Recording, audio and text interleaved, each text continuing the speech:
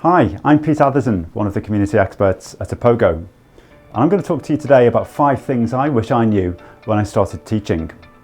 I'll be talking about things and people to avoid, how to establish yourself as a teacher in your new setting, how to progress quickly, how to develop your inner voice, and what growth mindset really means now you're getting paid as a teacher.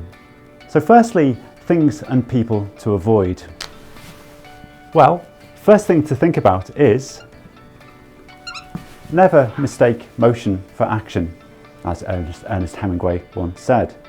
Sometimes when I first started teaching, I thought the harder and the faster that I worked, the more productive I would be. It's not always the case. Secondly, people to avoid. Negative people. People who complain all the time in the staff room. People who don't respect what you're trying to achieve or ignore what you're trying to achieve. These people can be avoided. Similarly, senior managers who you can bump into, and every time you bump into them they give you extra work, can sometimes be circumvented within reason. Secondly, I'll talk to you about how to establish yourself as a member of staff. So, when I first started teaching, I made a point of saying, "Hi, I'm Pete." May seem a bit strange, but you hold out your hand to shake their hand and you announce yourself and give your name. But the key really is listening to what people say after that. It's really important that you actually emote with what people are saying and learn to care about their situation, their family, and what they like. A further thing that you can do is to take part in everything. Say yes to everything. If somebody's doing a trip to the theatre, just say yes, come along.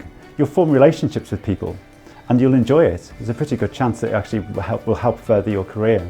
One of the things that I remember the principal at my first teaching job said to me that I really liked was, "You're part of the furniture now."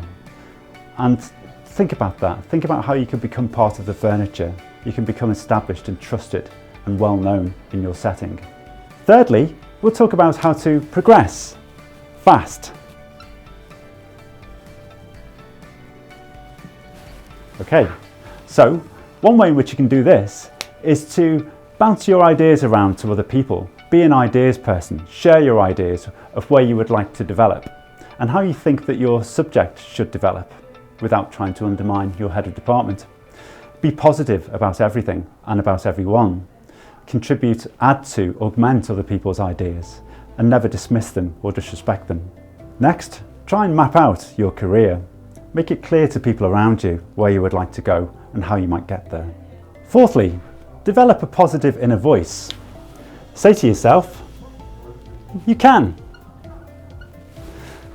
Very often our default settings can be negative self-talk. We can say to ourselves, "Oh, I'm not sure if I can achieve that, not sure if I can do that, not sure if I can pull it off." And I think that you may want to start rebooting, rewiring your brain to an extent so that you can convince yourself that you can actually do what you want to do. Remove the self-doubt and the negative self-talk.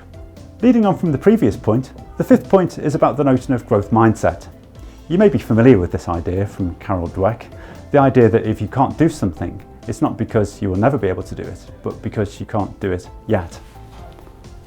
Dweck calls it the power of yet. So think of the skills, think of the behaviours that you're developing, think of the knowledge that you're developing about your subject and about behaviour management and so on.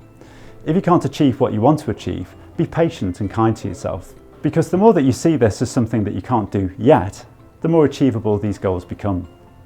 Thank you for listening to me today. For more advice on being an NQT, please browse through the videos below.